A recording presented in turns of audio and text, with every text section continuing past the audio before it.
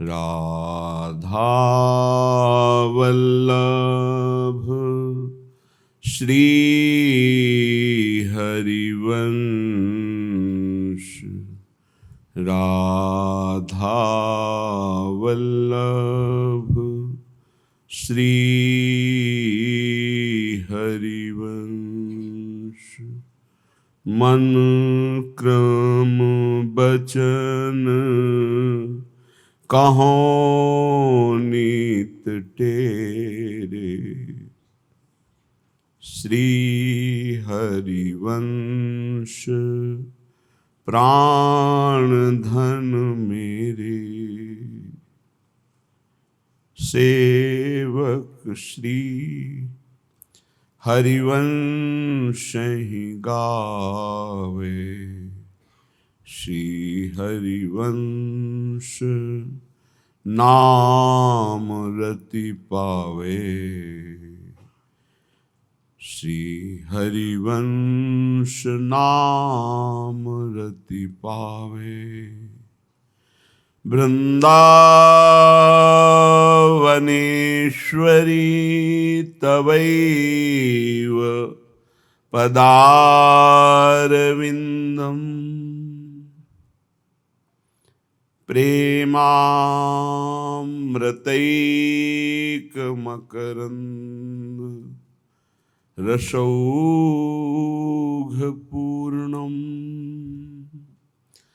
हृद्यर्पितं मधुपते स्मरतापमुग्रं।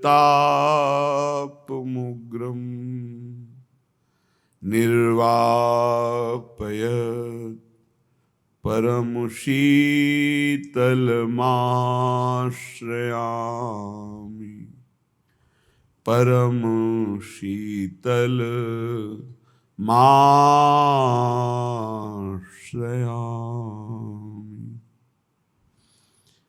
सुनो विनय दे कान नवेली। हे स्वामिनी जी, हमारी तरफ अपनी श्रवणेन्द्री कीजिए और हमारी विनय सुनिए। नंद नंदन बस करन स्वामिनी।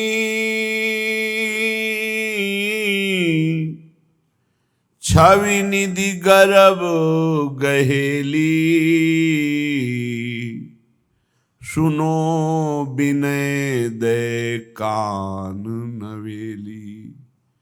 हे नवल किशोरी जो, आपने अपने प्रेम प्रताप से अखिल कोटि ब्रह्मांड नायक प्रभु श्री कृष्णचंद्र जी को अधीन कर लिया है। हे गर्विली प्रियाजू, तो बल साधन धर्म कर्म व्रत निगम नीति हठ ठेली। आपके ही चरणों का आश्रय बल स्वीकार करके वेद शास्त्रों का भी जो सिद्धांत है उसको नमस्कार पूर्वक त्याग दिया। ज्ञान धर्म व्रत कर्म इनसे संबंध हटा लिया। एकमात्र आपके गोरे चरणारविंद का दृढ़ आश्रय और आपका राधा नाम सदैव अपनी जिह्वा पर निरंतर रटने का स्वभाव। हे लाडली, सहज कृपालु कृपा घर बैठे। चाहत लूट सकेली। प्रियाजू, आपने कृपा करके मुझे अपने घर बुलाया। ये श्रीधाम वृंदावन प्रियाजू का निज महल है, श्री राधा निकुंज वाटी। यहां हमारा प्रवेश ही नहीं हो सकता था यदि आप कृपा न करती तो। आचार्य जन कहते हैं, श्री राधिका कृपा बिन सब के मनन अगम्य। तो आपने जब अपने घर बुला लिया, आपने अपने चरणों का आश्रय दिया, आपने अपने राधा नाम जपने का हमें सौभाग्य दिया, तो अब लाडली मुझे कोई चिंता नहीं है। मैंने बहुत बड़ी वस्तु पाली, राधा नाम, बहुत बड़ा आश्रय पा लिया आपके गोरे चरणारविंद। अब तो भोरी पांव पसारे सोवत श्री स्वामिनी अलबेली, सुनो विनय दे कान नवेली। हे स्वामिनी, आपके बल से अब मैं निश्चिंत हो गया हूं। पांव पसार कर सोने का तात्पर्य है अब हमको हमारी चिंता नहीं है। अब राधा नाम का निरंतर रटन करते हुए आपके चरणों के आश्रय से मैं बिल्कुल बेपरवाह हो गया हूं। अब जैसा आपको भावे वैसा करो। बस एक प्रार्थना है कि आप कृपा करके ये देख लो कि ये मेरा जन है। बस ने कुप्रसन्न दृष्टि पूरन करी, नहीं मोतन चितयो प्रमदात है। जय श्री हित हरिवंश हंस कलगामिनी, भावे सो करो प्रेम के नाते।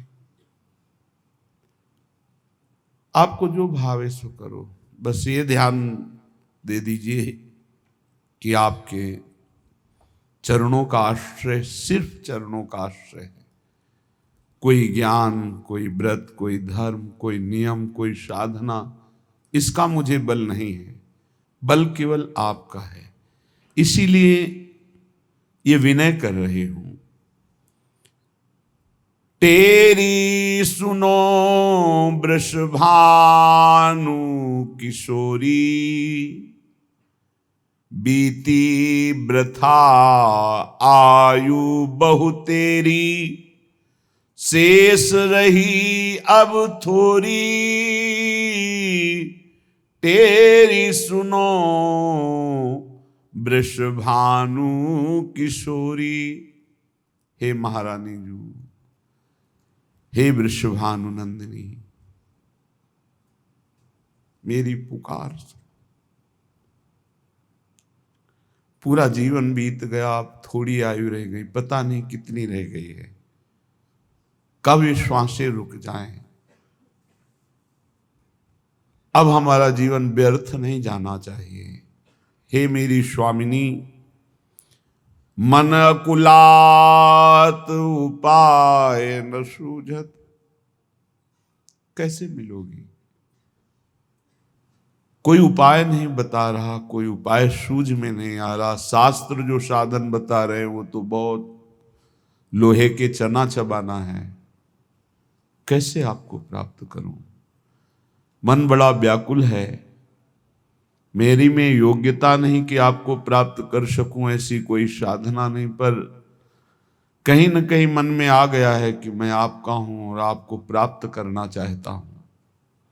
हे प्रियाजू, मन कुलात पर उपाय न सूझत, शरण गही दृढ़ तेरी, भोरी सहज कृपालु निहारो, नेक कृपा की कोरी।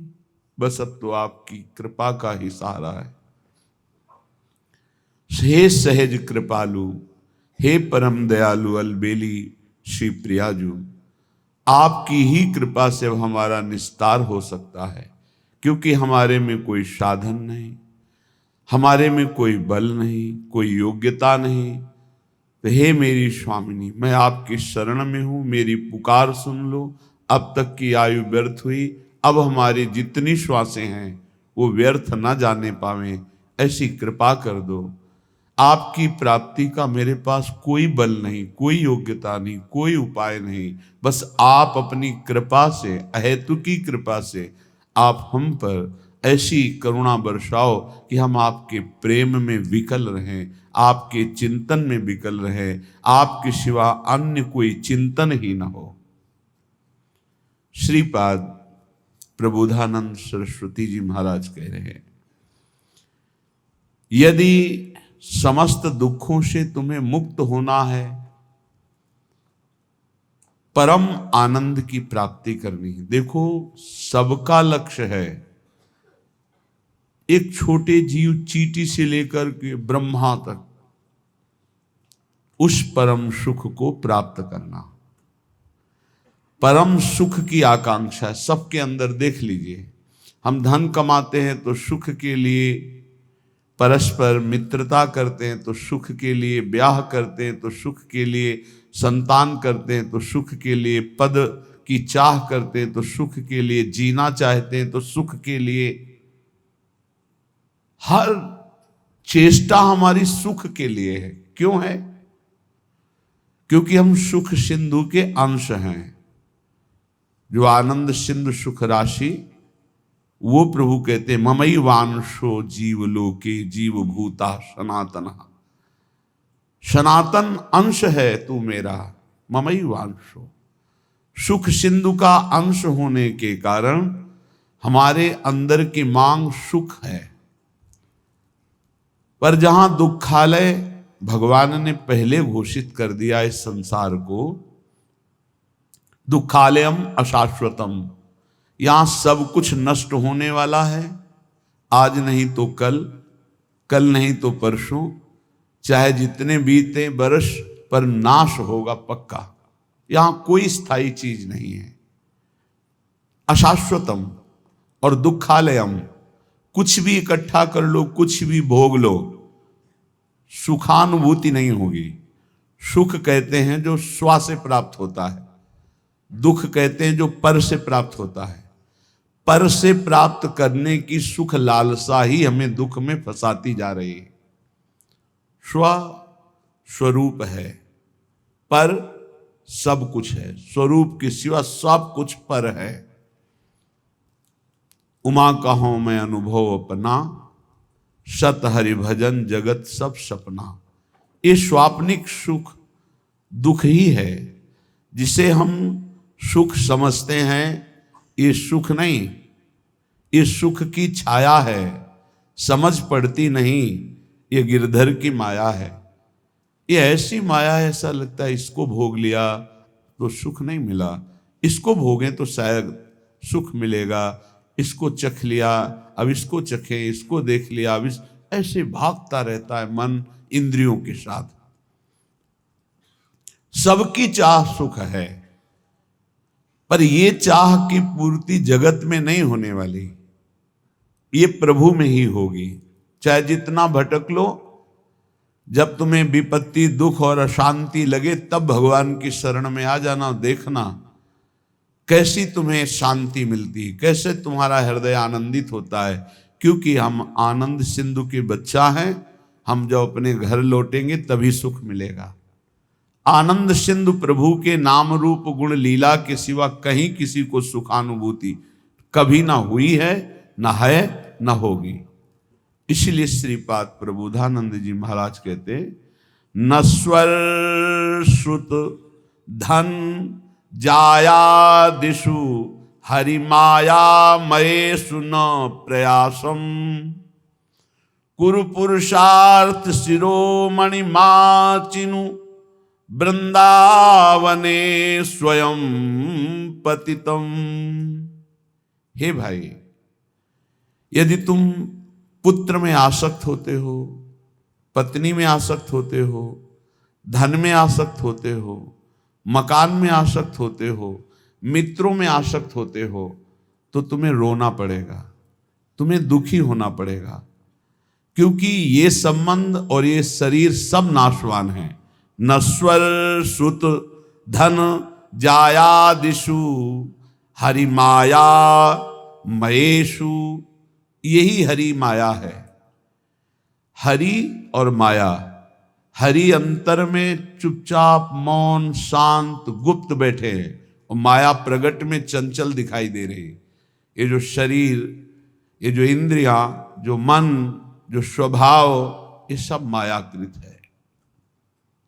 जो मैं है वो हरि का अंश है, वो हरि स्वरूप है, वो माया में नहीं है, वो मायातीत है, त्रिगुणातीत है।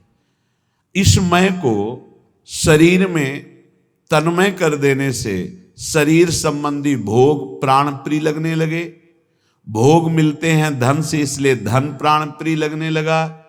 धन और भोग और शरीर संबंधी रिश्ते संबंध, यही भगवान की माया ने हमको फंसा लिया। आप सब देख लीजिए कितना हृदय अशांत है सबका सबका। तुम्हें लगता है अमुक संख्या का धन मिल जाए, अमुक व्यवस्था हो जाए तो मैं शांत हो जाऊंगा।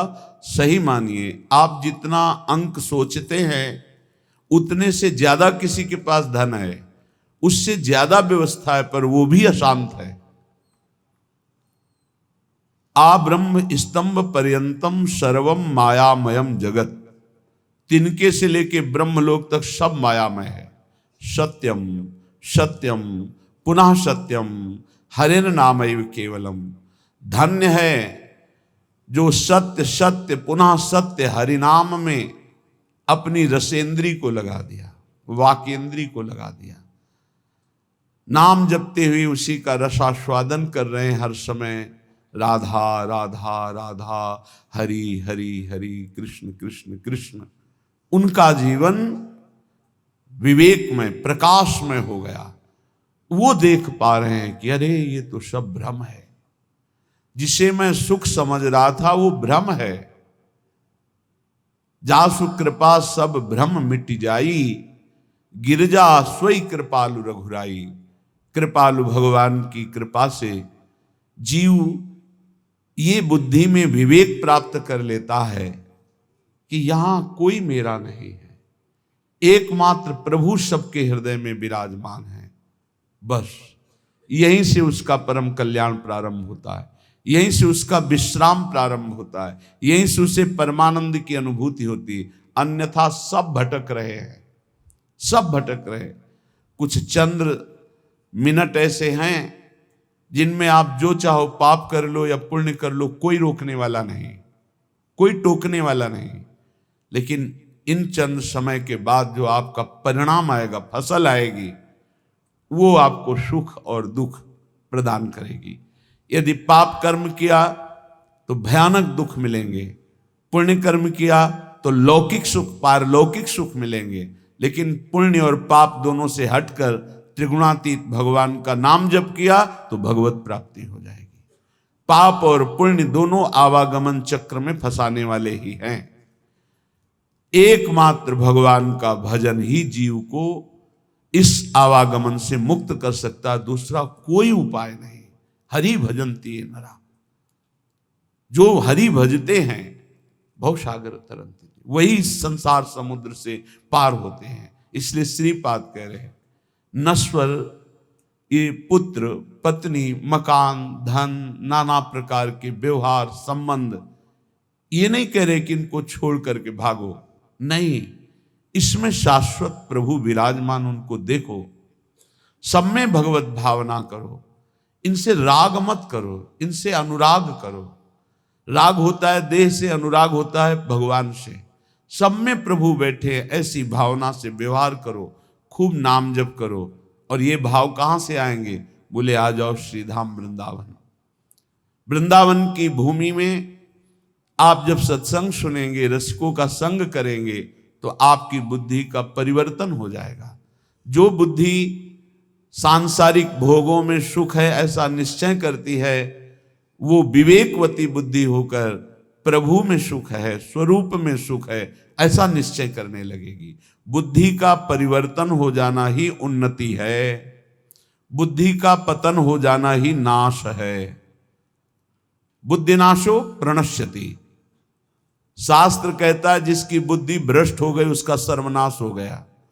जिसकी बुद्धि शुद्ध है भले कुछ ना हो, लेकिन वो परम धनी, क्योंकि उसका सही निर्णय होगा। सही निर्णय करने वाला परम आनंद को प्राप्त होता है। इसलिए श्रीपाद की बड़ी जोर की निष्ठा से धाम वृंदावन की है। कहे वरमिहि वृंदारण्य सुवरा की मदन मोहन द्वारी, वराकी। मुझे कुत्ता कुतिया बना दिया जाए वृंदावन का, ठाकुर मदन मोहन के द्वार पर, बांके बिहारी के दरवाजे पर, राधा वल्लभ जी की सीढ़ियों पर गिरा हुआ प्रसाद चाटेंगे और यहां ब्रजवासियों की फेंकी हुई जूठन खाकर हर समय प्रिया प्रीतम की चरणारविंद की रज में पड़े हुए उनकी कृपा मनाते रहेंगे। श्रीपाद प्रबोधानंद जी के पीछे कहा था, मुझे नाली का कीड़ा बना दीजिए, ये धाम है धाम। हरिराम व्यास जी कह रहे, हो मन वृंदावन को श्वान। हे हरि कृपा करो मेरे मन को, यही अच्छा लगता है कि अगर मुझे अगला जन्म मिले तो वृंदावन में ही मिले, भले मुझे कुत्ता बना दिया जाए। वृंदावन का बड़ा लाभ है, यहां हर योनि भगवत प्राप्ति कर लेती है। जैसे यहां आप देख रहे हो कुत्ता है या शूकर है या अन्य जीव हैं, देखो ये रज में लौटते हैं। जिस रज को ब्रह्मेश्वरादि सुदरूह पदारविंदो श्रीमत् पराग परमाद्भुत वैभवाया, परम अद्भुत वैभव जिस रज में छुपा हुआ है, जो भगवान ब्रह्मा जी सनकादि शिवादि याचना करते हैं इस रज में निरंतर वास करने के लिए। जो रज शिव सनकादि के याचत सो रज शीस चढ़ाऊं, उस रज में वो श्वान रात दिन सोता है, रात दिन उसी में शयन करता है। भोजन मिलता है तो उसी रज में मिलता है, और प्राण निकलते हैं तो इसी रज में निकलते हैं। और वृंदावन प्रभाव सुन अपनो ही गुण देत, जैसे बालक मलिन को मात गोद भर लेत। यहां जिसका भी शरीर छूटता है, ये धाम है, वो भगवत प्राप्त हो जाता है, वो प्रियाजू को प्राप्त हो जाता है। भगवान शंकर जिनके नाम की महिमा से काशी में मोक्ष प्रदान करते हैं, वो हरि जिनका नाम जप करते हैं, ये उनका धाम है, प्रियाजू का, वृंदावनेश्वरी का धाम है। ये राधा निकुंज वाटी वृंदावन है। इस रज में जो प्राण त्यागता है वो सीधे प्रियालाल के निज धाम दिव्य वृंदावन को प्राप्त होता है, चाहे पशु हो, पक्षी हो, मनुष्य हो, कोई हो। यहां साधन प्रभाव नहीं है, यहां धाम प्रभाव है। वृंदावन प्रभाव सुनो अपनो ही गुण देत, अपना गुण देता है वृंदावन, क्या परम पद प्रदान कर देता है। इसलिए कह रहे वरमि वृंदारण्य, इस वृंदावन में जो सब धामों का मूल है, सुवराकी मदन मोहन द्वारी, प्रिया प्रीतम के यहाँ दिव्य रूप विराजमान हैं। आज आप जब विट्ठल विपुल देव जी का पूजन होगा तो आप सुनेंगे बिहारी जो महाराज कौन है, साक्षात प्रिया प्रीतम। राधा वल्लभ लाल जी कौन, साक्षात प्रिया प्रीतम। राधा रमण जी साक्षात प्रिया प्रीतम। ये किसी मूर्तिकार की रचना नहीं है, ये स्वयंभू स्वयं प्रिया प्रीतम मिलित रूप, ये वृंदावन धाम है, धाम है। नेत्र पावन नहीं इसलिए तुम्हें मूर्ति नजर आ रही नहीं, तो राधा रमण जी, राधा वल्लभ जी, राधा बांके बिहारी जी साक्षात प्रिया प्रीतम विराजमान है। इनके दरवाजे में इनकी जूठन मिलती रहती है। हम तो धन्य मानते। एक बार किसी भक्त ने प्रश्न किया था, आप राधा नाम की इतनी महिमा करते हैं, ये वृंदावन के भिखारी लोग राधे राधे बोलते हैं, एक एक 10-10 रुपया मांगते हैं, तो क्या इस विषय में आपका क्या विचार है? क्या इनका सही चरित्र है? राधा राधा कह के, राधे राधे कह के रुपया मांगते हैं। हमें अपने भाव से देखना है। जिसका चश्मा हरा होता है उसे हरा दिखाई देता है, जिसका लाल होता है उसे लाल दिखाई देता है। हमारा चश्मा भाव का है। भावोत्सवेन भजताम रस कामधेनु। अखिल कोटि ब्रह्मांड नायक प्रभु श्री कृष्ण चंद्र जो कह रहे हैं, पूज्य भाई जी महाराज उस पद में लिखते हैं कि अगर मुझे कोई खरीदना चाहे तो निश्चित किया हुआ मूल्य है राधा नाम। राधा मुझे खरीद सकता है, ठीक है। उनके चरणों में लक्ष्मी जी सदैव चापती रहती है हरि के चरणों को, और वो राधा कहकर 100 रुपया पूरे दिन में या 200 रुपया इकट्ठा किया और कहीं खोली लिए हुए वृंदावन में छोटी कुटिया लिए हुए आटा दाल ला के खाता है, वृंदावन वास करता है, आप उसे भिखारी समझते हो? आप उसे नीच समझते हो? आप उसको, इस वृत्ति को नीच समझते हो? और जो करोड़ों का गफला करके एसी में सोते हैं और व्यभिचार करते हैं, मांस मदिरा पाते हैं, उनको बड़े आदमी समझते हो? अरे इनके चरणों की रज के समान कोई बड़ा आदमी नहीं है। इनसे बड़ा कौन होगा जो रात दिन बिहारी जी के दरवाजे पे बैठे हुए हैं, 100 200 500 मिले उसी में खोली का किराया देते हैं, उसी से वो दाल रोटी ला के खाते हैं, मजीरा बजा कर राधा राधा कीर्तन करते हैं और वहीं लुढ़क के सो जाते हैं। दिन में, रात्रि में उस कुटिया में पहुंचते हैं। आप क्या समझते हो? एक दिन एक संत भगवान को देखा, वो पद गाते रहते, पधार गए, 25 वर्ष पहले की बात होगी। रसखान जी के पद, बड़े बड़े रसिकों के पद गाते रहते थे, 100 200 500 उनको। इसके बाद राम जी आई में एक दिन भिक्षावृत्ति के लिए, वहां तो देखा वो बांट रहे थे, एक एक वस्त्र, कुछ रुपए और भोजन सामग्री। तो उनको देखा कि अरे ये तो 10-10 रुपए वहां एकत्रित करते थे। नजदीक गए और कहा, बाबा ये आपकी तरफ से आपका कोई भगत? बोले नहीं, जो बिहारी जी दे देते हैं उससे हमारा काम चल जाता है, जो बच जाता है वो ऐसे संत से। क्या आप समझते हो? आप इन भिक्षुकों को क्या समझते हो, जिनके दर्शन करने के लिए पूरा जीवन हो जाता है, लोग एक बार भी नहीं आ पाते, रोज उनके दरवाजे में बैठ के उनकी जय बोलते हैं। आप इन भिक्षुकों को आप क्या समझते हो? वृंदावन के भिखारी किनके भिखारी हैं? बाके बिहारी के दरवाजे के, राधा वल्लभ लाल के दरवाजे के। आप विषयों के, भोगों के, पापाचरण के भिक्षुक हो। आप देख लो, हमारी बात कड़वी लगेगी, आप उनको भिखारी समझ रहे हो जो 100 रुपए में संतोष करके धाम वास कर रहे हैं। तुम अपने को देखो, करोड़ों ने भगवान ने दिया, फिर भी तेरे अंदर संतोष नहीं, फिर भी तू भगवान की दिन भर जय नहीं बोलता, फिर भी दिन भर भगवान का नाम कीर्तन नहीं करता। वो उनके धाम में रहते हैं, उनके नाम में रहते हैं। बाहरी दोष दर्शन करके अपने हृदय को मलिन करके धाम से चले जाते हैं बहिर्मुख लोग, यहाँ कुछ ले नहीं पाते। इसलिए यहाँ के भिक्षुकों की शरण हो जाओ तो बिहारी जो प्रसन्न हो जाएंगे। आप क्या समझते हो? ये जो बिहारी जो राधा वल्लभ जी इनके दरवाजों में, जो गलियों में यहाँ बैठे हैं, तुम साधारण नहीं समझना, साधारण मत समझ लेना। ये धामवासी हैं, महान योगियों को भी पवित्र करने की सामर्थ्य रखने वाले ये हैं। बाहरी तुम्हारे नेत्र हैं इसलिए तुम्हें दिखाई नहीं देता। श्रीपाद जैसे महापुरुष कह रहे, वर्मी वृंदारण्य सुवरा की मदन मोहन द्वारी। एक माई को देखते हैं, विदेशी माई है, 2500 कुत्तों को यहाँ के दूध, डबल रोटी, बिस्कुट, रोज उसके चरणों में प्रणाम करते हैं। जब दृष्टि पड़ती है, धन्य है माई, तेरा जन्म तो कहीं विदेश में हुआ, पर बिहारी जी की असीम कृपा है कि इन परम हंसों का तो सेवन कर रही। ये कौन है जानते हो? श्रीपाद जैसे महापुरुष कह रहे हैं, मुझे कुतिया कुत्ता बना दिया जाए, मदन मोहन के द्वारे पे पड़ा रहूंगा। उद्धव जैसे महापुरुष कह रहे हैं, यहाँ की गुलमलता औषधि बना दी जाए। हरिराम व्यास जी जैसे महापुरुष कहते हैं, यहाँ का स्वान बना दिया जाए। ये धाम है, यहाँ दोष दृष्टि मत करना किसी पर। अरे ये तो है, बिल्कुल मत करना। ये लाडली लाल के लाडले हैं, इनकी बाहरी बात अलग है, आंतरिक बात को आप नहीं जानते। बिहारी जी में पौशाले में एक माई पानी पिला दी। ये पहले की, अब तो ऐसी दिनचर्या श्री जी ने दे दी है कि कहीं भी नहीं जाना हो पाता। एक दिन फूल बंगला बना, वो 22 संतों को 1-1 2-2 रुपया और 1-1 सेव ऐसे बांट रही थी। बहुत ही उत्साह में भरी थी, जैसे उसके बेटे का ब्याह हो रहा हो।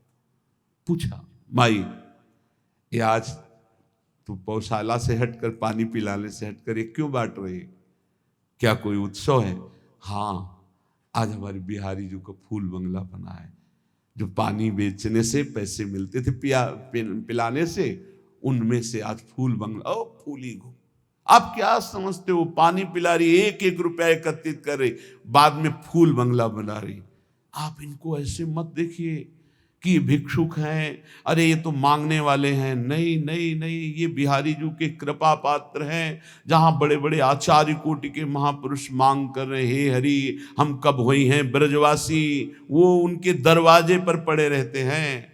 अहो भाग्य, अहो भाग्य जिनको ऐसा सौभाग्य मिला कि गलियों में बैठकर राधा राधा करके पूरा दिन व्यतीत करते। जो मिला उससे उदर पोषण और भरोसा केवल बिहारी बिहारिंजू का, और धाम वास कर रहे हैं। यहाँ के पशु पक्षी सब महामंगल मोद में, ये सब भगवत प्राप्त होंगे, ये सब भगवत प्राप्त। आप नहीं समझते धाम की महिमा को। जब महापुरुषों की कृपा से, चरण रज के प्रताप से महिमा प्रकाशित होती, तब ये लगता है अहो भाग्य इनके।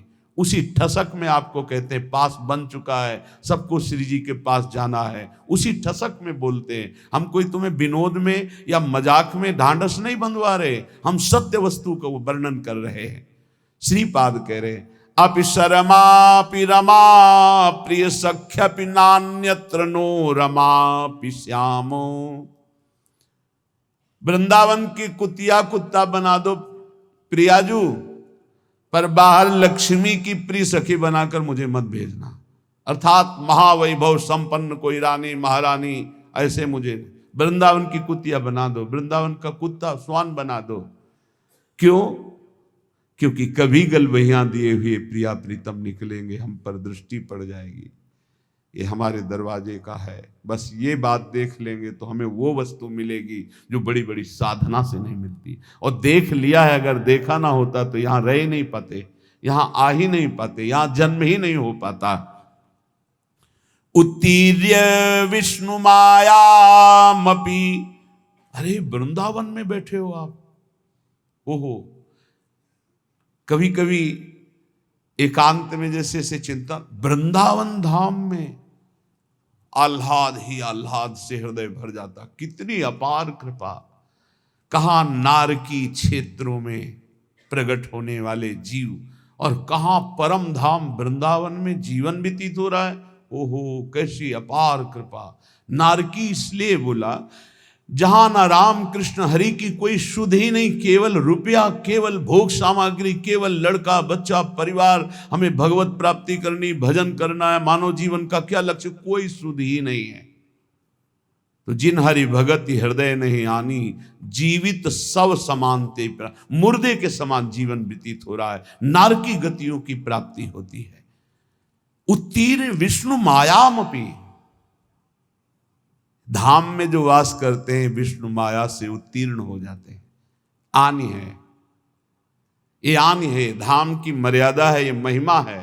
यहां जो वास करते हैं भगवान की माया से मुक्त हो जाते हैं। धाम का प्रभाव, यहां की रज का प्रभाव। एक बार सत्संग में सुनाया था, एक बहुत बड़े ज्योतिषाचार्य अपने मित्र के साथ श्रीधाम वृंदावन की भूमि में प्रवेश किए। उनके मित्र कहते थे कोई चमत्कार दिखाओ अपनी ज्योतिष का, आप तो बड़े भारी ज्योतिषाचार्य हैं। अचानक एक आदमी के ऊपर दृष्टि पड़ी, वो थैला लिए यात्रा में आया था, धाम यात्रा। समय से गणित लगाया, कोई परिचय नहीं, बस समय से, और कहा इसकी कल मृत्यु होगी और इसके कर्मानुसार इसको अधोगति प्राप्त होगी, प्रेत योनि को जाएगा। कल 12 बजे इसकी मृत्यु होगी, इसको सांड मारेगा, बैल मारेगा और मर जाएगा।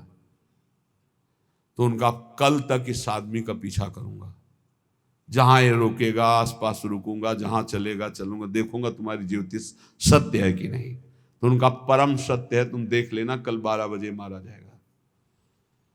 ठीक उनका अनुसरण किया। वो बाहर से आए हुए यात्री थे। ठीक 12 बजे एक सांड जिसके बगल से वो निकले, वो एक मिट्टी के पिंड में वो खूब ऐसे खेल करके आया था, तो सींगों पे उसके रज लगी थी।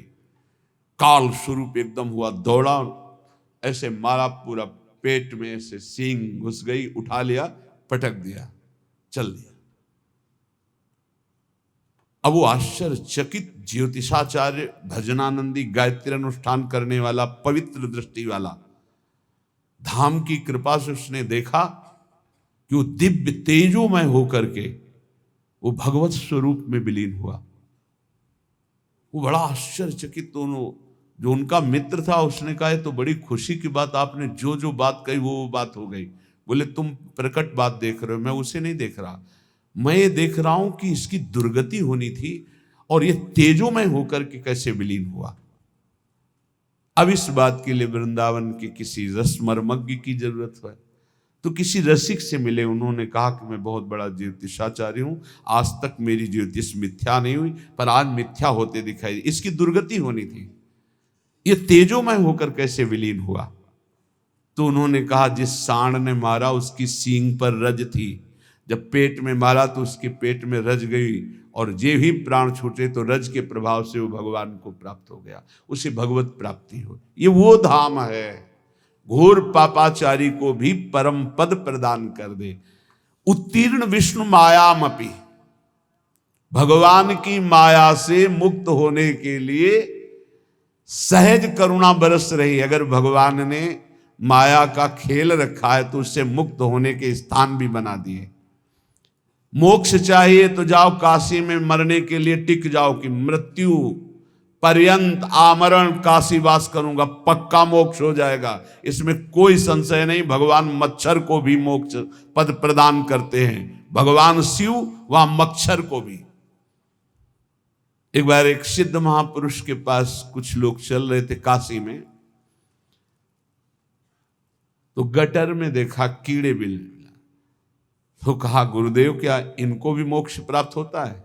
ये भी तो काशी में है, मान लो अपने लोग वेदांत पढ़ रहे हैं, साधना कर रहे हैं, मोक्ष प्राप्त हो जाए वो तो, लेकिन क्या इनको भी प्राप्त होता है? कहते काशी में सबको प्राप्त होता है। तो उन्होंने स्पर्श किया और कहा आप देख, तो देखा जितना कीड़ा मर रहा था सबको भगवान शिव उपदेश कर रहे हैं, सबको नाम का उपदेश करके मोक्ष पद पर सब दिव्य रूप से अपने स्वरूप में स्थित होते जा रहे हैं। ऐसे इस धाम की महिमा दिखाई गई। जो जीव शरीर छोड़ता है तो ये दिव्य सखियां के राधा नाम सुनाती हैं और वो प्रियालाल को प्राप्त हो जाता है। ये धाम की महिमा। उत्तीर्ण विष्णु मायामपि, जो धाम का आश्रय ले लेता है वो माया मुक्त। धाम का वास करना अखंड और धाम का आश्रय ले लेना दोनों समान हैं।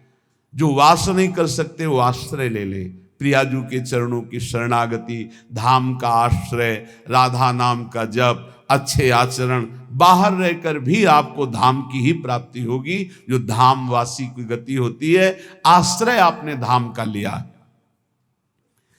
वनितायाम अविश्वसन प्राज्ञः, अब एक सावधानी कहते हैं, ये काम वेदना हमें भगवान की मार्ग से भ्रष्ट कर देती है, गिरा देती है।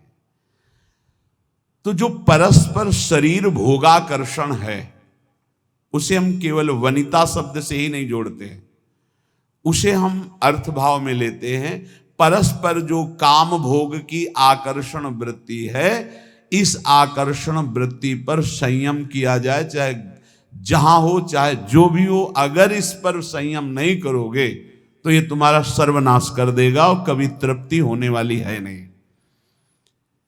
तद भय चकिता सततम निवसति वृंदावनेति निर्विण्णा, भयभीत हो जाओ, एक काम वृत्ति सुख प्रदान करने वाली नहीं, तुम्हारा नाश करने वाली है। जो शरीरधारी व्यर्थ में वीर शक्ति का नाश करते हैं वो खोखले हो जाते हैं, दिमाग काम नहीं करता, शरीर काम नहीं करता, सोच मंद पड़ जाती है, जठराग्नि मंद पड़ जाती है, उत्साह मंद पड़ जाता, बहुत तरह की हानि है। मत मानो किसी की भी बात जो वीर नाश के लिए सपोर्ट करते हैं, वो मलिन बुद्धि है। कोई ब्रह्म ऋषि बोल रहा हो हमें बताना, कोई शास्त्रज्ञ बोल रहा हो हमें बताना, जिसको शास्त्रों का प्रमाण हो और प्रमाणित करके हमें बोले। डॉक्टर पार्थिव शरीर के केवल ज्ञाता हैं, तो चीर फाड़ करना, रोगों की निवृत्ति करना, इस बात पे बोलो, हम आपको भगवान की तरह प्रणाम करके मानते हैं। लेकिन आप शास्त्र आज्ञा का उल्लंघन करके मनमानी बोलोगे तो तुम्हारी बात मानने वाली नहीं। शरीर संबंधी रोग निवृत्ति के लिए ऑपरेशन करना, हड्डियों को जोड़ना, रोगों की जानकारी करके उसे निरोग करना। हम प्रणाम करते हैं आपको, आप भगवान के स्वरूप हो, आप भगवान के अंश हो, आप जीवों की दुख निवृत्ति के उपाय बताते हो, धन्यवाद। लेकिन आप गर्भपात के लिए सपोर्ट करते हैं, आप भ्रूण हत्या, गर्भ हत्या कराते हैं कि ये बच्चा ठीक नहीं है, आप ब्रह्मचर्य नाश का सपोर्ट करते हैं। ये आपके लिए बहुत गलत है, क्योंकि आप जगत मंगल के लिए डॉक्टरी सीखे हैं, जगत अमंगल के लिए नहीं। ये अमंगल करने वाली चेष्टाओं को आप थोड़ा संयम में रखें अपनी बुद्धि को। आप तस्मात् शास्त्रम, शास्त्रों का स्वाध्याय कीजिए। वेदो नित्य मधीयताम संगा सत्सु विधीयताम, वेदों का नित्य स्वाध्याय करो, महापुरुषों का संग करो, फिर देखो तुम्हारी वाणी पवित्र हो जाएगी, फिर तुम वही बोलोगे जिससे जगत मंगल होगा। ये जो ब्रह्मचर्य नाश करते हैं व्यर्थ में, बहुत पछताना पड़ेगा, जीवन मृत्यु तुल्य हो जाता है। इतनी आसक्ति प्रबल हो जाती है कि बड़े बड़े ज्ञानियों को भी माथे पे हाथ रख के सोचना पड़ता है, मैंने आसक्ति क्यों की। ये माया का ऐसा प्रचंड स्वरूप है। ज्ञानी नाम अपि चेतांसि देवी भगवती सा बलादा कृष्ण मोहाय महामाया प्रचति। हंसते हंसते खेल खेल में ऐसी आसक्ति हो जाती है कि प्राण त्यागना सहज लगता है, लेकिन काम भोग का त्यागना कठिन हो जाता है। आप विचार करके देख लीजिएगा, आज उसी आसक्ति ने आपको भगवान से विमुख करके बहुत दूर रखा है, और ऐसा लग रहा है कि भजन, ये अध्यात्म मेरे से नहीं होने वाला। आप भगवान के अंश होकर भी भगवान की प्राप्ति के लिए उत्साह खो दिए, नहीं हो पाएगा मेरे से। तद भय चकिता सततम, भयभीत हो जाओ इस काम भाव से, आश्चर्यचकित हो जाओ कि तुझ ज्ञान स्वरूप को कैसे फंसा लिया इस भगवान की काम भोग जनित मायावृत्ति ने। तो तू निरंतर राधा नाम जप कर और सत्संग सुन। मन तो चंचल सबन को सबका मन सबसे अधिक चंचल है, ताको कौन उपाय, उसको वश में करने का उपाय क्या है? बोले साधन को हरि भजन है, कै सत्संग सहाय। साधना तो है नाम जप, और सहायता होगी सत्संग से। खूब सत्संग सुनो, नाम जप करो, देखो आप ठीक कर लोगे। ये परस्पर शरीराकर्षण, शरीर भोग की वृत्ति, यही हमें सच्चिदानंद सुख से वंचित किए है। इसी से उत्तीर्ण होने के लिए हमें भगवान ने सत्संग दिया है, हमें भगवान ने शास्त्र दिए हैं। इनके अनुकूल चलो, तुम्हारा परम मंगल होगा। संत वाणी, महापुरुषों के अनुभवगम्य वचनों के श्रवण और मनन और आचरण में उतारने से हमारा परम कल्याण होता है। महर्षि अत्रि जी, अनुसुईया जी के पति अत्रि जी, उनके वचन, इहैवात्तं वसुप्रीत्यै प्रेतवै कटुकोदयं तस्मान्न ग्राह्यमेवैतत् सुखमानन्त्यमिच्छता। बहुत ध्यान से सुनना। हे भाई, सुख की प्राप्ति के लिए अधर्म पूर्वक जो धन कमाया जाता है, बहुतायत हो रही इस समय। किसी को कुछ मतलब नहीं कि ये रुपया कहां से आ रहा है, इसका क्या परिणाम होगा, किसी को कुछ मतलब, बस रुपया चाहिए। रुपया, सबके दिमाग में रुपया, सबके दिमाग में रुपया। यज्ञ कर रहे हैं, रुपया चाहिए, कर्म कर रहे हैं, रुपया, बस रुपया रुपया। धर्म छूट गया। कभी अपने को भी न्यौछावर करने की सोचे। हम इतने शास्त्रों का वर्णन करते, कहीं भी ऐसा नहीं लिखा हुआ है। आज तक हमें कोई खड़ा होकर बता ना कि उस प्रवचन में कहा था। है 4 रोटी आप खा रहे हो, कोई भूखा नजर आ रहा है, आज का भोजन आप दे दो, उपवास कर लो, ये बढ़िया बात है। आप सब्जी लेने जा रहे हो, 100, 200, 500 रुपया, कोई बीमार आदमी है, उसकी आप आज नमक रोटी खा लो, दे दो उसको, उसकी दवाई का काम करेगा। ये तो बातें समझ में आती है। अरे विश्वंभर भगवान सच्चिदानंद की बात करते हो, तुम्हें खुद भरोसा नहीं सच्चिदानंद में। हम कह रहे हैं ईमानदारी से गौ सेवा करो, अगर बिना मांगे ना आ जाए तो हमें बताना। गोविंद तुम्हारे दरवाजे पर द्वारपाल बना खड़ा रहेगा। गौ सेवा करते हो, चाहे संत सेवा करते हो, चाहे जो भी कार्य करो, तुम्हें भरोसा उस गोविंद का होना चाहिए जिसका यश गाते हो, जिसके लिए करते हो। वो विश्वंभर सब जग का भरण पोषण करता है। हमारी समझ में नहीं आता है कि मांगने की जरूरत कहाँ है। मांगना तो शब्द बिल्कुल नहीं।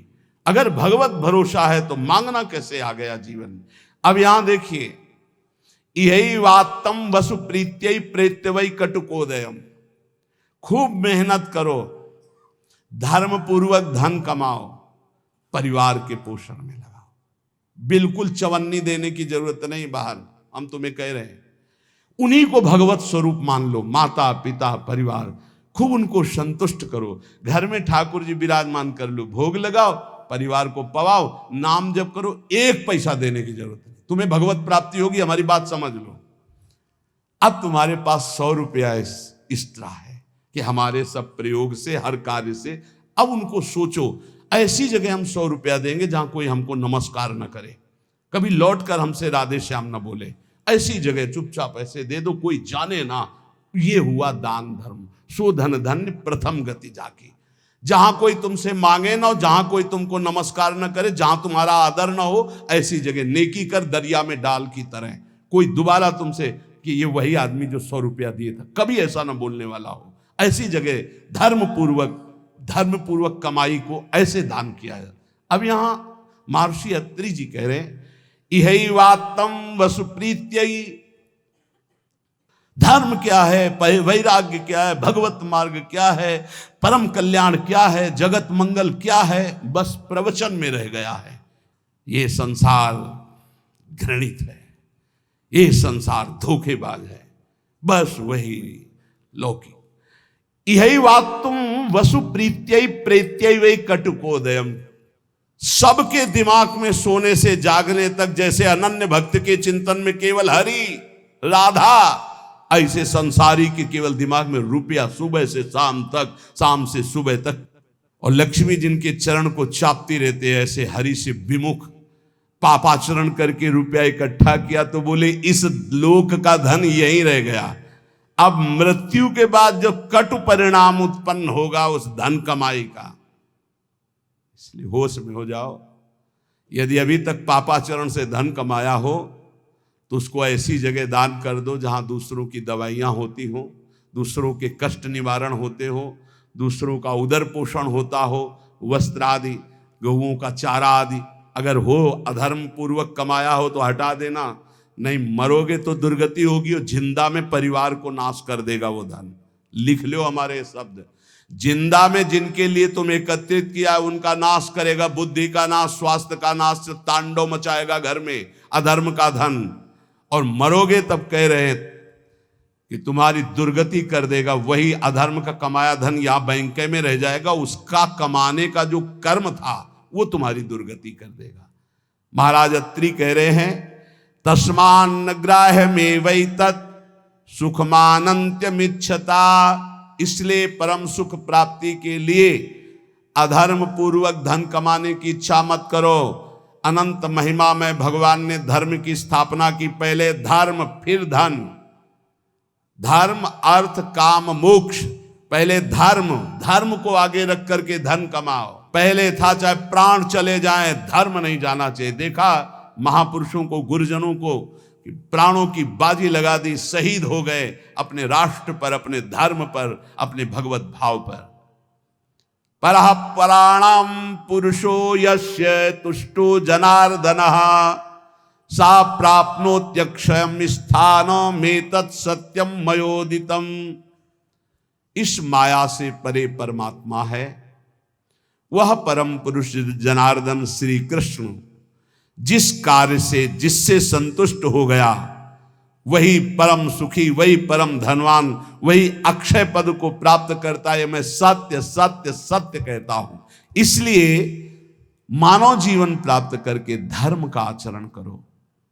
धर्म के द्वारा संपादित किया हुआ तुम्हारा जीवन, जितने भी कर्म, वो तुम्हें महासुख प्रदान करेंगे।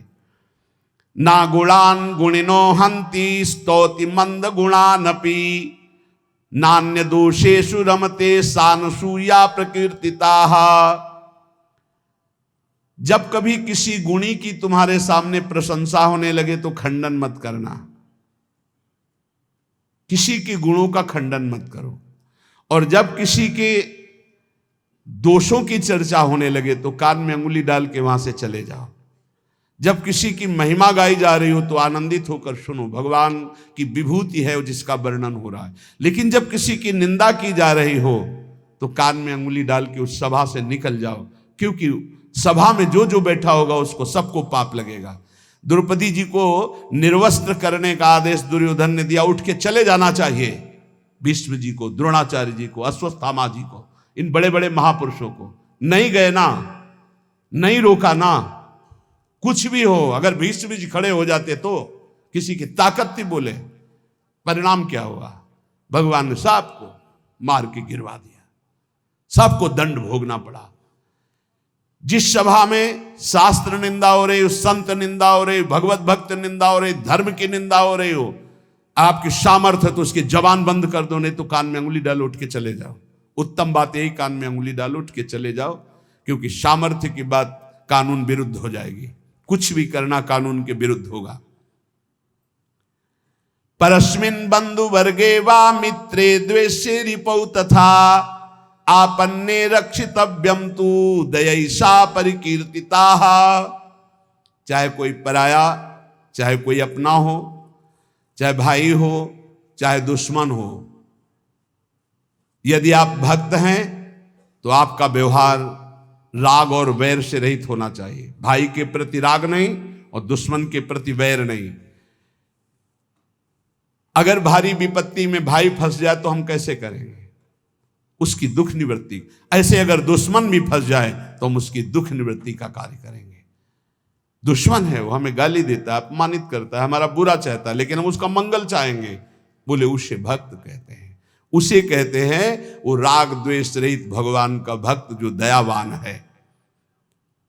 आन संशयम क्षमा सत्य महिंसा दान मार्जवम प्रीति प्रसादो माधुर्यम मार्दवम च यमादस। यम और नियम, ये जिसके जीवन में होते हैं वो बहुत दैवी संपदावान माना जाता है, भागवतिक माना जाता है। यम किसे कहते हैं? ये 10 होते हैं, यम 10 और नियम 10 होते हैं। यम पहला है आनशंशम, अक्रूरता, किसी के प्रति भी क्रूर वचन, क्रूर व्यवहार बिल्कुल नहीं होना चाहिए।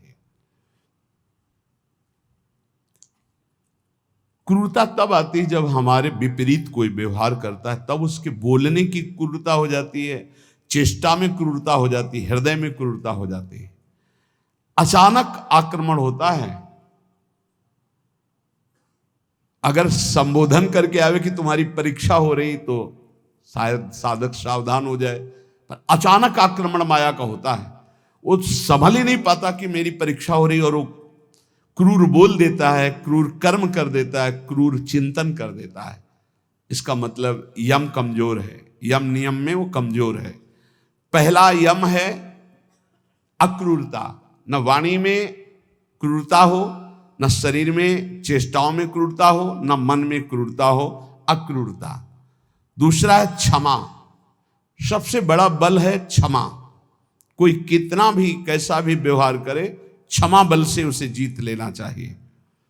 तीसरा है सत्य, सत्य के समान कोई दान नहीं, कोई पवित्रता नहीं, कोई बड़ा अनुष्ठान नहीं। वाणी से सत्य बोलने का नियम बना ले। कलिकाल है, इतना झूठ का बोल बाला है, पूछो मत। झूठ है जो औरों से तो और जाने तो गुरु जी से झूठ। कई बार कहा है कि एक घर तो छोड़ दो गुरुदेव का, कम से कम उनके सामने तो सत्य बोलो। एक क्षण में उनसे भी झूठ, और जबकि पता है कि उनको पता हो जाएगा फिर भी झूठ बोल देना। अरे भाई, फांसी थोड़ी लग जाएगी, डांट लग जाएगी, गुस्सा हो जाएंगे, पर हम सत्य बोल देंगे तो हमारा अपराध क्षमा हो जाएगा। सत्य एक जगह तो नियम ले लो तो सब जगह धीरे धीरे फिर भाव मानी संख्या से सवाल हल हो जाएगा। एक जगह सत्य बोलना शुरू कर दो। वाणी में सत्य बोलना, ये यम का नियम। अक्रूरता, क्षमा और सत्य। हमारा जब वाणी में सत्य होगा तो आचरण भी सत आचरण होंगे, फिर हमारा विचार भी सद विचार होगा और संग भी सदसंग होगा। यम, अगला सत्य के बाद अहिंसा, किसी की भी हिंसा न करना, न मन से, न वचन से, न कर्म से। सत्यम, अहिंसा और दान। सुधन धन्य प्रथम गति आकी दान।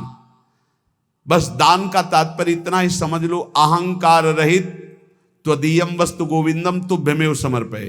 हे प्रभु, आपके द्वारा दी हुई वस्तु तो ये परिवार से थोड़ा, हमारे परिवार भर के लिए इतना प्रयोग हो गया, 10 रुपया बढ़े, बस ऐसा। ये हमने कहीं नहीं सुना।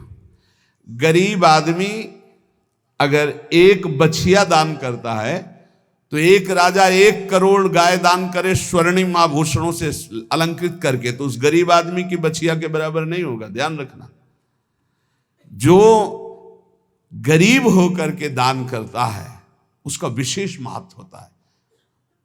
उसकी 4 रोटी उसके पूरे जीवन के कमाई मेहनत से, और तुम 4 करोड़ ऐसे, तो उसकी रोटी के बराबर नहीं हो सकता है। इसलिए दान का विशेष महत्व धर्म द्वारा कमाया हो।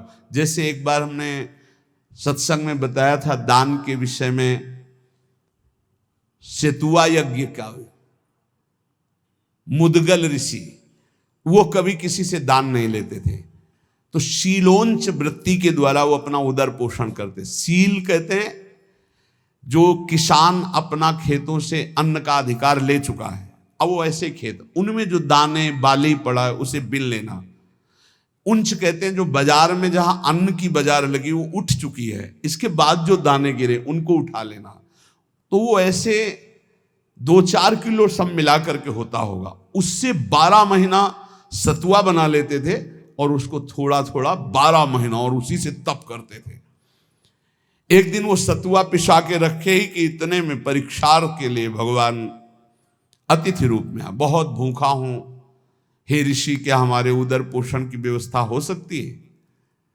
तो उनका हाँ, भी तो साल भर के लिए सतुआ एकत्रित ही किया। वो परोसते गए, वो पाते गए, और पूरा साल भर के लिए जो एकत्रित किया था वो सब सतुआ पा गए, चाट चाट के पा लिया कुछ। तो उनका भगवान पूरे साल की व्यवस्था इतनी, जब इसके आगे तो है ही नहीं। तो उनका चलो हम छक भी गए हैं बहुत, और डकार ली और चले। तो एक नेवला वहां से निकला, तो जो 2-4 दाने सतुआ के गिरे थे वो उसके शरीर में छू गए तो स्वर्णिम हो गया, आधा स्वर्ण का। बड़ा उसको चमत्कार मिला। तो जब सुना महाराज युधिष्ठिर की राजसूय यज्ञ हो रही, इतनी बड़ी ब्रह्मा शंकर आदि बड़े बड़े महापुरुष, स्वयं भगवान सच्चिदानंद श्री कृष्ण द्वैपायन व्यासदेव जी सब विराज, तो नेवला पूरी पंगतों में लौटता हुआ घूमता, कहीं स्वर्ण का नहीं हुआ। तो भगवान श्री कृष्ण के पास से निकलकर महाराज युधिष्ठिर वहीं बैठे थे, कहा महाराज तुम्हारी यज्ञ मुद्गल ऋषि की सतुआ यज्ञ के बराबर भी नहीं है। तो भगवान श्री कृष्ण ने कहा ऐसा क्यों कह रहे हो? आज तक किसी चक्रवर्ती सम्राट ने ऐसी यज्ञ नहीं की जिसमें स्वयं मैं विराजमान हूं और सब मेरी विभूतियां विराजमान है और सब शास्त्रीय पद्धति से हो रही, तुम ऐसी निंदा क्यों कर रहे हो महाराज राजसूय यज्ञ की युधिष्ठिर की? तब उन्होंने पूरी कथा सुनाई कि सतुआ यज्ञ वाली। बोले महाराज मैं पूरा लौट के देख लिया, एक रुआ भी सोने का ले हुआ, तो हुआ ना आपकी यज्ञ उनसे छोटी? तो भगवान ने कहा हां, मुदगल ऋषि की सतुआ यज्ञ के बराबर तो राजसूय यज्ञ नहीं। क्यों? वो अकिंचन, प्रतिग्रह रहित। तो यहां कह रहे दान शब्द मुदगल ऋषि का जोर का हुआ, जो धर्म के द्वारा मेहनत करके कमाता है। जब कोई राधा बाबा से कभी कोई दक्षिणा देने की बात आई, एक बार राधा बाबा ने भागवत सुना तो कहा भाई भागवताचार्य को दक्षिणा देनी चाहिए, कोई दक्षिणा देगा? पर धर्म की कमाई का, अगर पाप की कमाई का दिया तो समझ ले तो किसी की जेब में नहीं। एक जो घास खोदना सेवा करना, तो उसने कहा बाबा 50 पैसा या 100 रुपया हम दे सकते हैं। बोले हाँ बस इतना ही काफी है। बाबा ने लिया और कहा भागवताचार्य जी से ये है दक्षिणा। वो तो केवल बाबा को प्रसन्न करने के लिए सुनाने आए थे, उनका अर्थ से कोई मतलब नहीं। हिम्मत नहीं पड़ी किसी की 10-5 रुपया देने की, केवल वो एक घास खोदने वाला, बाबा मेरी कमाई धर्म की है, ये 125 रुपया या 50 पैसा, चाहो तो 50 ले लो, 50 पैसा, या चाहो तो 125 रुपया, इससे ज्यादा हमारे पास व्यवस्था भी नहीं।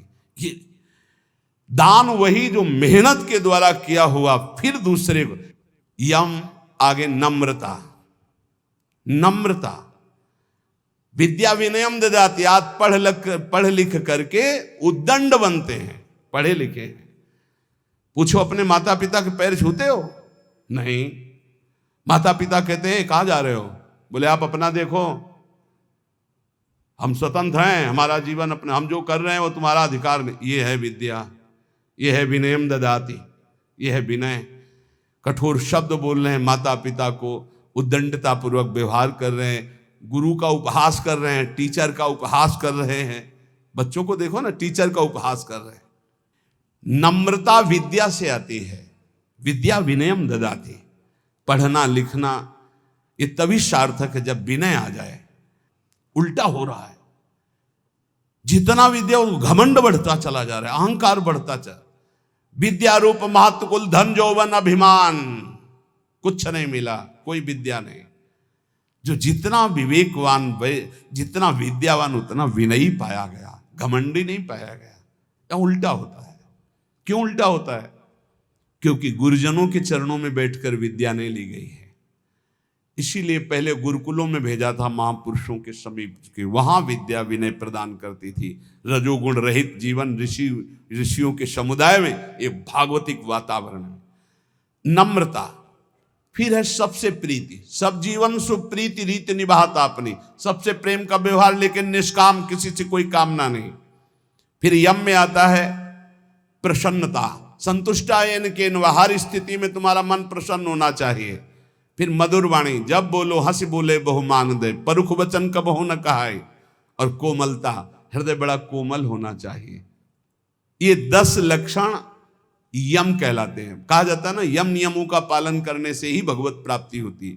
तो अक्रूरता, क्षमा, सत्य, अहिंसा, दान, नम्रता, प्रीति, प्रसन्नता, मधुरवाणी, कोमलता, ये 10 यम हैं और ये 10 नियम हैं।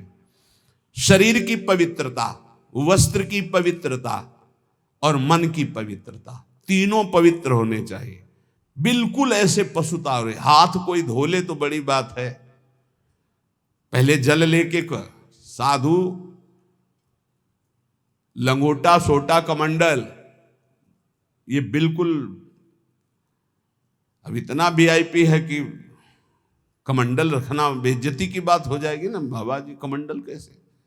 कमंडल है, डंडा है, बंधा लंगोटा, काछ वाछ मन निश्चल राखे, धन धन जननी तेरी। रास्ते में लोग शंका लगी तो कैसे हो गए? आचमन करना है, मूत्रेंद्री का प्रक्षालन करके, हस्त प्रक्षालन करके, आचमन करके, तप है पवित्रता का। ऐसे पूरा शुद्ध वातावरण, शरीर अपवित्र, वस्त्र अपवित्र, मन अपवित्र। नियम, सबसे पहला नियम पवित्रता, शरीर पवित्र, वस्त्र पवित्र, विचार पवित्र, कितना बढ़िया जीवन होता। दूसरा नियम में है यज्ञ, तो यज्ञानाम जप यज्ञोस्मि, सबसे बड़ी यज्ञ है जप यज्ञ। राधा राधा राधा, नियम ले लो जप यज्ञ का। नियम में तीसरा है तप, अपने धर्म का पालन करते हुए जो आपको कष्ट मिलता है उसको सहना तपस्या कहते हैं। जैसे आप प्रातःकालीन वेला में, प्रातःकालीन क्या, अर्धरात्रि वेला में जगते हैं। प्रातःकाल तो 4 बजे से होता है, यहाँ तो अखंड कीर्तन ही चलता रहता है, पर रोड में हम जब 2 सवा 2 बजे उतरते हैं तो 10-20 हजार लोग खड़े होते हैं और सब साधक जन सेवा में रहते हैं। तो इसका मतलब 1 बजे जगे होंगे, तब तो वहाँ सेवा में पहुँचे। और वो लोग तो हो सकता है कोई 12 बजे से खड़ा हो, कोई 11 बजे से, कोई 1 बजे से। अब जो नींद नहीं लिया, जो कष्ट से, इसे तपस्या के, इससे पाप क्षीण होते हैं, इससे बहुत लाभ प्राप्त होता है। ये बाहरी तपस्या है। समय से स्नान करना, चाहे गर्मी हो चाहे सर्दी हो, समय से अपनी दिनचर्या में आना, चाहे जितना कष्ट हो, ये बाह्य तपस्या में होता है। भोजन आदि ना मिल पाना, फिर भी अपनी दिनचर्या करना। और आंतरिक तपस्या मानी जाती काम क्रोध लोभ आदि को सहना, इनको सहना आंतरिक तपस्या कहे। इन तपस्याओं के अलावा और भी बहुत सी तपस्याओं का वर्णन, पर वो खास बात नहीं। आए हुए वेग को सह जाए सो महात्मा, काम के वेग को, क्रोध के, लोभ के, मोह के वेग को जो सह जाए, ये सबसे बड़ी तपस्या। नियम पवित्रता, नियम जप, नियम तप, कष्ट सहने का स्वभाव, नियम दूसरों को सुख देने का स्वभाव। आओ बैठो बैठो, मृदु भाषण। आप जल पिएंगे? अच्छा, श्री जी का कुछ भोग लगा, आप थोड़ा प्रसाद पा लीजिए। मृदु व्यवहार, सरल व्यवहार। स्वाध्याय नियम, आपका नियम होना चाहिए स्वाध्याय का। ये नियम के अंतर्गत आते स्वाध्याय, नियम पूर्वक। और नियम जनेन्द्री का निग्रह अर्थात ब्रह्मचर्य। नियम में ब्रह्मचर्य व्रत बहुत जोर की बात। गृहस्थ है तो संयम पूर्वक विरक्त है। जनेन्द्री का संयम ब्रह्मचर्य और मौन व्रत, वाणी का मौन व्रत, ये नियम। और अल्पाहार का नियम या उपवास का नियम। बहुत बड़ा भजन में इसका प्रभाव पड़ता है। आपका अधिक भोजन पाने से जो भजन में शक्ति लगनी चाहिए वो भोजन पचाने में लगती, इसलिए भजन में रुचि नहीं होगी। ध्यान रखना, या तो अल्पाहार और या फिर कभी कभी उपवास, पर सेवा नहीं छोड़ना। श्री सुदामा दास जी महाराज सुदामा कुटी के स्वयं आटा मांग कर लाते, स्वयं उपला बिनते, फिर रोटियां बनाते, फिर संतों को पवाते। उनकी मेहनत ऐसा रंग लाई कि तब से लेके आज तक शास्त्रों संतों की सेवा ऐसे होती रहती है। अपरिचित कोई भी संत जाए, पाए और बना रहे। बारंडा बड़े बड़े बने, आसन लगाए, 10-5 दिन खाए पिए पड़ा रहे। आज भी वो सेवा चल रही। संत सेवा अगर मिल जाए, परोसना है, पत्तल उठाना है, पोछा लगा, ये अहोभाग्य समझा जाए। इसको ऐसा ना समझा जाए कि एकांत में बैठकर भजन करना ज्यादा अच्छा है, लेकिन इनके बीच नहीं। मन की गति को संभाल पाना बहुत कठिन है। आज एकांत के लिए भजन के लिए कर रहा है, कल एकांत के लिए भोग के लिए कहेगा, इसका कोई विश्वास नहीं। गुरु प्रदत्त दिनचर्या को कभी ना तोड़ा जाए। और 10 वर्ष एक ही दिनचर्या चलाई जाए, मन शांत हो जाएगा, अपने आप देख लेना। ये नियम है। अल्पाहार नियम बना लो अल्पाहार का। एक साधु की, साधक की दिनचर्या भोजन की होनी चाहिए। इतनी रोटी, इतना चावल, इतनी सब्जी, इतना दाल, वो नियम है, उतना ही पाना है। कुछ भी हो, अच्छे से अच्छा पदार्थ हो, एक नियमावली भोजन की होनी चाहिए। और स्नान 3 बार, ब्रह्मचारी 3 बार स्नान होना ही चाहिए। 24 घंटे में 3 बार स्नान। वो शरीर सुख के लिए नहीं, जैसे आप सोने जा रहे हैं तो कोई स्नान करते हैं, नहीं, कदापि नहीं, दिनचर्या के विरुद्ध नहीं। एक प्रातः जो अभी 1:30-2 बजे हुआ, और एक पुनः अगर आपका दिनचर्या का क्रम में 8 बजे, 9 बजे, 10 बजे जैसे स्नान का हो, फिर एक सायं 4 बजे, 5 बजे, बस। अपने का तो 2-3 घंटे बाद ही पुनः स्नान होता है, फिर सायं होता है। 3 स्नान जीवन हो गए, 3 स्नान जीवन। अगर कहीं पेट खराब हो गया तो जय बार फिर अर्ध स्नान करना ही करना है। ये 10 नियम और 10 यम ये साधक के जीवन में होने ही चाहिए। नियम पवित्रता का, जप का, तप का अर्थात कष्ट सहने का, दूसरों को सुख देने का, स्वाध्याय करने का, ब्रह्मचर्य का, मौन का, उपवास का, स्नान का, ये नियम होने चाहिए। नियम होने चाहिए। इसमें ये नहीं देखा जाता स्नान का कि शौच लगी है तो ठीक है, शौच नहीं लगी तो चलो नहीं करते स्नान, इसका नहीं। एक नियम अपने लोगों की दिनचर्या रही। यहां तो बाथरूम, शौचालय गंगा किनारे, जब शीत वायु चल रही तब 3 बार स्नान, और पूरी जटाओं के सहित। ये जो घंटों जटाओं से गंगा जल गिरता रहता था, ऐसे टपकता रहता, पूरा शरीर कांपता रहता। वहां ये थोड़ी देखना है कि शरीर को क्या हो रहा है, वहां भगवत प्राप्ति करनी है। आगे कह रहे हैं महर्षि विश्वामित्र जी की वाणी, निज अनुभव कह रहे हैं। कामम कामाय मानस्य यदि कामः समृद्ध्यति अथैनम अपरः कामो भूयो विद्यति बाणवत। हे भाई, सबसे ज्यादा पतन का कार्य होता है काम भोग। ये ऐसा विकल कर देता है भोग के लिए कि सब प्राणी को पशु पक्षी मनुष्य देवता कोई भी हो,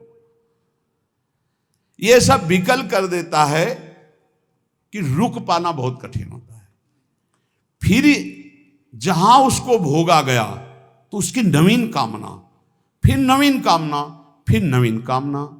यदि कामा समध्यति तो अथैनम अपरः कामो भूयो विद्यति बाणवत। बाण के समान हृदय को बेधता रहता है काम, बार बार बार बार।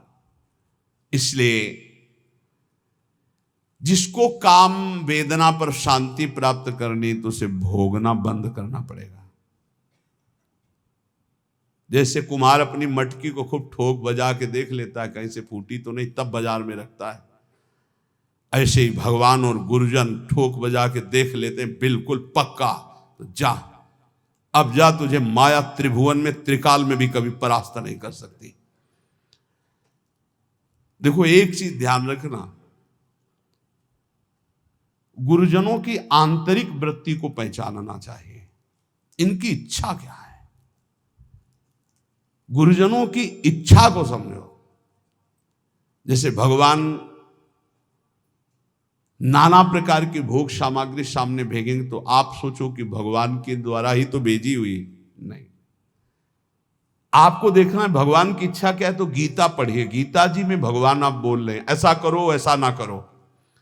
ऐसे गुरुजन जब बोलते हैं तो उनकी बात पकड़ो, इसके बाद वही सामग्री आपको देंगे, ये लो ये लो ये लो, तो आपको पकड़ना नहीं। आपने कहा था नहीं नहीं आप लीजिए खाइए, आप कह तो रहे लेकिन आपने कहा था कि नहीं खाना है, तो हम ही कह रहे हैं खाइए ना। हमें लगता है आपने कहा था कि नहीं खाना तो हमें नहीं खाना चाहिए, तो देख लो फिर तुम जैसा। अंदर अंदर वो खुश हो रहे हैं, शाबाश शाबाश, निकल जा निकल जा। नहीं मान लो आप खा लीजिए ना, महाराज जी हमारा आपने कहा था नहीं खाना चाहिए, वो बहुत सुंदर चल रहा है, चलो भाई ठीक है।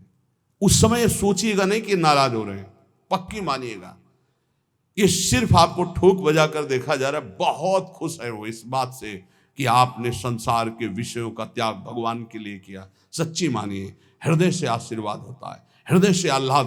बाहर से ऐसे हम भले कैसे हैं यार, हम ही तो कह रहे थे खा लेते ना, अब आप कह रहे हो तो, पर आपने ही कहा था कि बार बार उस बात को जो उन्होंने उपदेश किया है उस बात को याद दिलाता रहे। उससे क्या होगा, आप परिपक्व हो जाएंगे। कभी ये मत समझ लें जैसे आद्य गुरु भगवान शंकराचार्य जी मछली खाए तो और लोगों ने मछली, जो शिष्य थे, फिर कांच पिया, तो उनकी सामर्थ्य के बराबर हमारी सामर्थ्य। वो जो बोल रहे हैं उसको पकड़ो। ऐसा कई बार हुआ, राधाचरण जी से जब कहते कि इतनी तुम्हारी हालत ऐसी, आप चले जाओ, बोले डॉक्टर ने कहा दिल्ली ही आना पड़ेगा, तो उनका चले जाओ। तो उन्होंने कहा महाराज जी आपने सत्संग में कहा था कि प्राण चाहे निकल जाए वृंदावन से नहीं जाना। तो हम ही तो कह रहे हैं, नहीं महाराज जी आपने ही कहा था वृंदावन से नहीं जाना, तो अब नहीं जाएंगे।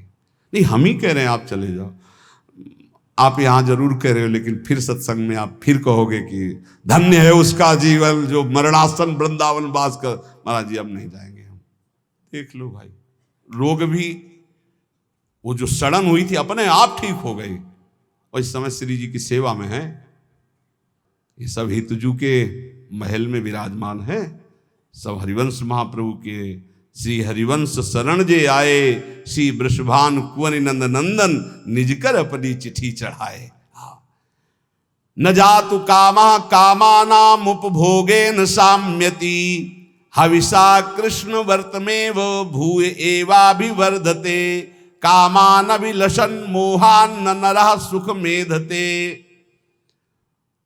जो कभी ये सोच लेता है कि एक बार भोग लूं मेरी इच्छा शांत हो जाएगी, बहुत धोखे में हो गया, दलदल में कूद गया। अब जैसे आग में घी डाल दे तो प्रज्वलित हो जाती, जे ही भोग की कामना से भोग मिला वो आग पैदा हो गई कि वो भ्रष्ट होता चला जाएगा। इसलिए उपासक को चाहिए कि जब सैकड़ों बार भोग के रोकेगा तो सैकड़ों दिन रोना पड़ेगा, तब जाके कहीं ठीक हो गए। उसका पाप भी बन गया, उसका अभ्यास बन गया, उसका स्वाद मिल गया, बहुत समय लगेगा। और पहली बार में ही यदि रोक लिया तो ऐसे चट से निकल जाओगे। इसलिए भोग की आकांक्षा उत्पन्न होने पर उपासक को पहली वृत्ति में ही रोक लेना चाहिए। ये ना सोचे कि भोग भोगने के बाद शांति मिल जाएगी, नहीं, ऐसे दलदल में फंस जाओगे, फिर निकलना मुश्किल हो जाएगा। इसलिए सत्य नार कहा प्रतपति सत्य तिष्ठति मेदिनी, तुम सत्य नियम धारण करो, सत्य बोलो, सत्य आचरण करो। सत्य के प्रताप से सूर्य तेजस्वी है, सत्य के प्रताप से पृथ्वी जल में नहीं डूब रही। सत्य सबसे बड़ा धर्म है, सत्य बोलने के बराबर कोई पुण्य नहीं है। सत्यवान चाहे तो स्वर्ग लोक जाए, चाहे ब्रह्म लोक जाए, जो चाहे वहां जा सकता है, जो चाहे कर सकता है। 1000 अश्वमेध एक आदमी करने वाला और एक आदमी केवल सत्य बोलने वाला तराजू पे तोला जाए तो सत्य बोलने वाला अधिक पुण्यशाली पाया जाएगा। आप देख लीजिए, अश्वमेध सहस्त्रम च सत्यम च तुलया धृतम, अश्वमेध सहस्त्राधि सत्यमेव विशिष्यते। एक आदमी केवल सत्य बोलता है और एक आदमी 1000 अश्वमेध यज्ञ करता है, तो तराजू पे तौला जाए तो सत्य बोलने वाला श्रेष्ठ पाया। मतलब सत्य से बढ़कर कोई यज्ञ नहीं, कोई दान नहीं, कोई तपस्या नहीं, कोई पुण्य नहीं।